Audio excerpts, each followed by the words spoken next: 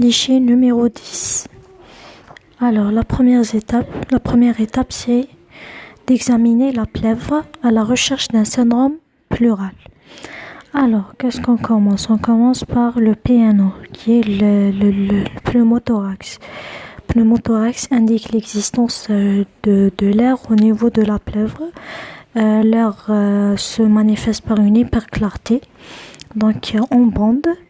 Ici, il n'y a pas d'hyperclarté en bande, donc pas de PNO. Donc, la deuxième étape, c'est de chercher un épanchement pleural liquidien. Alors, le cul-de-sac diaphragmatique gauche est libre.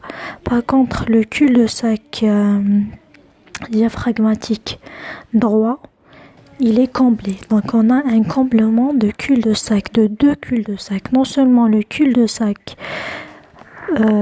diaphragmatique et aussi le cul-de-sac cardio-phrénique. Donc, ces deux cul-de-sac sont comblés. Donc, voici le cul-de-sac cardio, c'est par rapport au cœur. Et phrénique, c'est par rapport au diaphragme. Et le cul-de-sac costo-diaphragmatique, du coup, donc on va le décrire tout d'abord avant de déduire le diagnostic. Alors, suivez en bas, il s'agit d'une opacité qui est dense, homogène.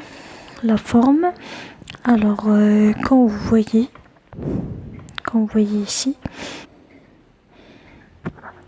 alors les limites. Alors la limite supérieure, elle est concave en bas, ici, et en dedans. Voici la partie interne et voici la partie externe. Donc en bas, en dedans, elle est concave.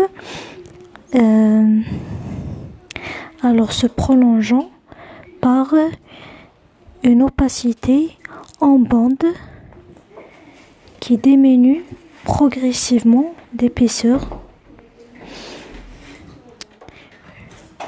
pour disparaître au niveau du sommet. Donc la voici. Donc voilà, elle est concave en bas en dedans, se prolongeant par une bande qui diminue progressivement d'épaisseur jusqu'à sa disparition au niveau du sommet.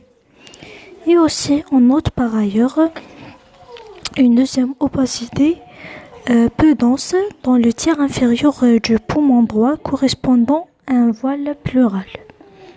Alors le diagnostic évoque. Il s'agit bien évidemment d'un épanchement pleural liquidien droit de petite abondance. Et merci pour votre attention.